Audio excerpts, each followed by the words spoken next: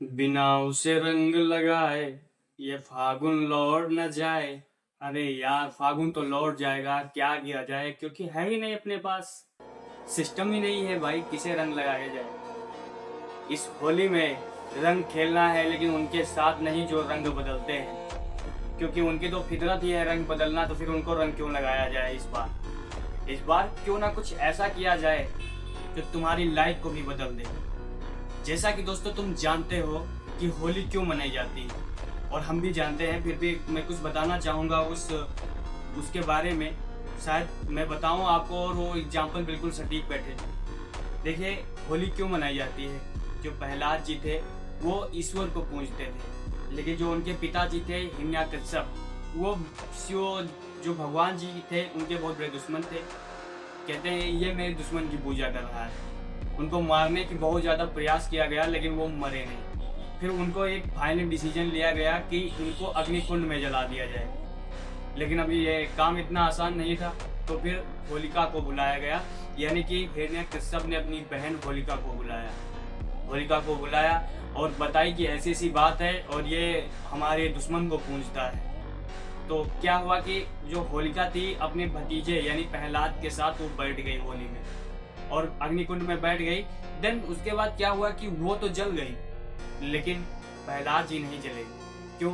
क्योंकि प्रहलाद जी के अंदर सच्चाई थी, अच्छाई थी। लेकिन जो होलिका थी वो इसलिए जली क्योंकि उसके अंदर बुराई थी। और शायद तुम भी इसी तरह जलोगे, क्योंकि तुम्हारे अंदर बुराई है। जब तक तुम अपने अंदर की बुराई को खत्म नहीं करोगे, तब तक तुम सक्सेसफुल बन ही नहीं सकते।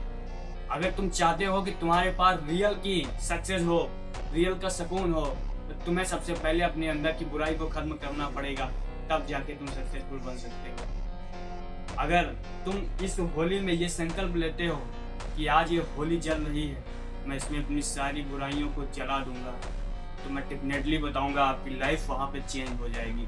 देखिए, ये होली तो सिर्फ एक बहाना होगा, लेकिन असली मकसद तुम्हारा कुछ ही और होना चाहिए। इस होली में भले ही तुम ये संकल्प लो कि मैं अपनी सारी बुराइयों को त्याग कर रहा हूँ, मैं कभी किसी की पीछे नहीं जाऊंगा, ना नशा करूंगा, ना कुछ करूंगा, ना किसी लड़की के चक्कर में पड़ूंगा, ना किसी लड़की बाजी करूंगा कभी।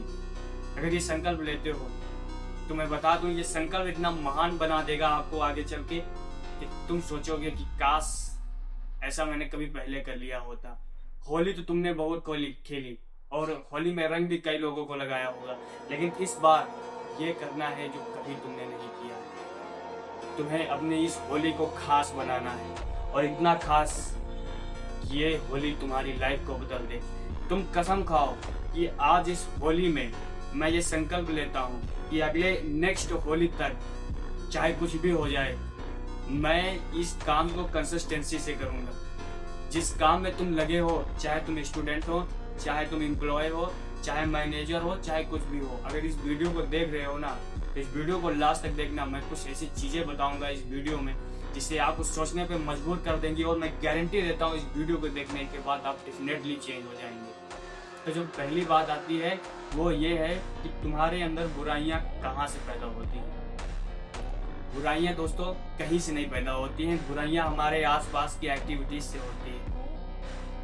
फर्क बस इतना है कि जो हमारी आंखें हैं, जो हमारा शरीर है, जो हमारा मन है, वो अच्छाई को नहीं देखता है, बुराई को बहुत ज़्यादा एब्जॉर्ब करता है। बुराइयाँ हमारे अंदर व्याप्त हैं, हमारे अंदर भी है, आपके अंदर भी है। किसी के अंदर कम तो किसी के अंदर ज़्यादा। कोई आदमी बिल्कुल सच्चा नहीं होता है, बुराइयाँ तो सब में होती है, लेकिन बुराई का कम करना और अच्छाई को बढ़ाना, यही वास्तविक जीत है अपने आप में। अगर तुम चाहते हो कि तुम एक ऐसे आदमी बनो जिसे लोग पूछें, लोग सम्मान दें, लोग इज्जत दें, तो सबसे पहले उस चीज़ को खत्म करना पड़ेगा जो तुम्हारी निगेटिविटी का कारण बन रही है। आखिर वो क्या चीज़ है, चार गौर से सोचिए। इस वीडियो को होल्ड कीजिए यहीं पर थोड़ी देर के लिए और सोचिए वो क्या चीज़ है तुम्हारे दिमाग में जो तुम्हें लोगों से बिल्कुल और बिल्कुल अलग कर रही है। वो क्या स्किल है, वो क्या चीज़ें हैं जो तुम्हें लोगों से डिफरेंट बनाती है। सोचा आपने? मैंने तो सोचा। मेरे अंदर वो कला है जो लोगों के अंदर नहीं है। मैं अच्छे से लोगों को अंडरस्टैंड कर पा रहा हूँ, मैं पब्लिकली बोल पा रहा हूँ, ये मेरी स्किल है। आपकी क्या स्किल है? कमेंट में जरूर बताना। और जो तुम्हारी स्किल है भाई, उस पर काम करना शुरू कर दो। मैं गारंटी देता हूँ नेक्स्ट होली तक आप सक्सेसफुल हो जाएंगे। किसी चीज को बनने में समय लगता है, लेकिन जब वो बनकर तैयार होती है ना तो बिल्कुल परफेक्ट होती है। याद रखना, तुम्हारी जो न्यू है वो समय आ चुका है उस न्यू पर इमारत खड़ा करने का। अब जब तुम चाहो तो तुम कुछ भी कर सकते हो, क्योंकि तुम्हारे लिए कोई भी काम असंभव नहीं होता है। ऐसी क्या चीजें हैं जो लोग कर पा रहे हैं और हम नहीं कर पा रहे हैं? तुम्हारे अंदर ही शायद कोई खोट है। खोट तुम्हारे अंदर नहीं, तुम्हारे दिमाग में है, तुम्हारी खोपड़ी में है। इसको निकालिए और अपने आप को उस काबिल बनाइए जहां लोग सोचते हैं ये मुझसे नहीं होगा। तुम जिस दिन उस काम को कर दोगे जहां जो हजारों लोग नहीं कर पाते हैं, उसी दिन तुम्हारा नाम हो जाएगा। पहले अपने अंदर के छुपे उस योद्धा को तो जगाइए जो तुम्हारी सांसें गिन रहा है कि कब ये मुझे मौका देगा तो मैं अपनी प्रतिभा दिखाऊंगा। और रही बात इज्जत की, सम्मान की, वो तो तुम्हें यूं ही मिल जाएगा जिस दिन तुम सक्सेसफुल हो जाओगे। लोग पीठ पीछे बोलेंगे, तुम्हारी बुराइयां भी करेंगे और बुराइयों से तुम घिर भी जाओगे। ऐसा हो सकता है कि कई बार तुम्हें डिप्रेशन भी आ जाए। लेकिन याद रखना मेरे दोस्त, जिस दिन तुम सक्सेसफुल हुए उस दिन तुम्हारी बुराइयों को दबा कर लोग तुम्हारी अच्छाइयां देखेंगे और तुमसे कंपैरिजन कराएंगे लोगों का कि हाँ भाई देखो वो सक्सेसफुल आदमी बना।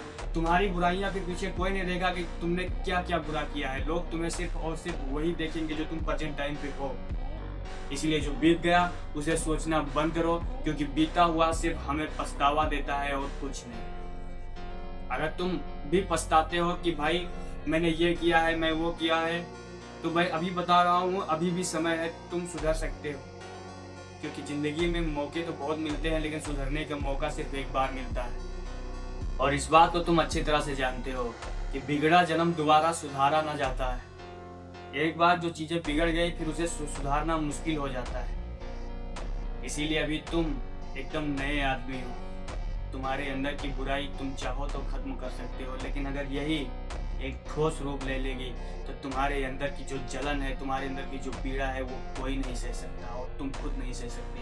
अंत में तुम्हें इसी पीड़ा के साथ यहाँ से जाना पड़ेगा। तुम्हें जिंदगी भर पछतावा रहेगा, तुम्हें जिंदगी भर यही सोचते रहोगे तुम जिंदगी भर कि ऐसा मैं क्या कर लिया होता कि आज मुझे ये दिन न देखना पड़ता। याद रखना मेरे दोस्त, जब इंसान ठोकरे खा के ऊपर उठता है ना तो वो बहुत ही अच्छा आदमी बनता है। वो सोने की तरह चमकता है क्योंकि उसे तपाया गया है। आई होप मैं इस वीडियो में आपको अच्छे से समझा पाया हूँ। मिलते हैं नेक्स्ट वीडियो में, तब तक के लिए थैंक यू।